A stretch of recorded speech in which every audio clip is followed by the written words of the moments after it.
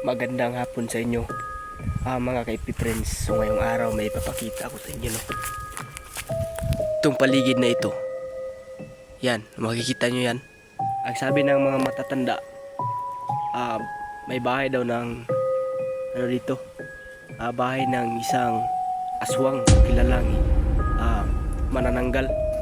So sa panahon daw iyon ng mga lulo ko o ng lulo nila noong unang panahon, sa lugar daw na ito ay dito daw namumugad yung tinatawag nila na na isang aswang sa lugar na ito.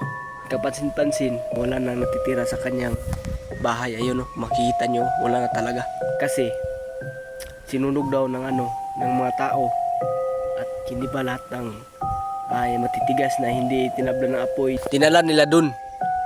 So sa banda pa lang yan, may ilog dyan napakalaking ilog.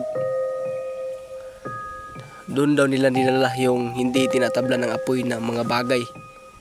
At alam nyo ba kung anong nangyari sa aswang?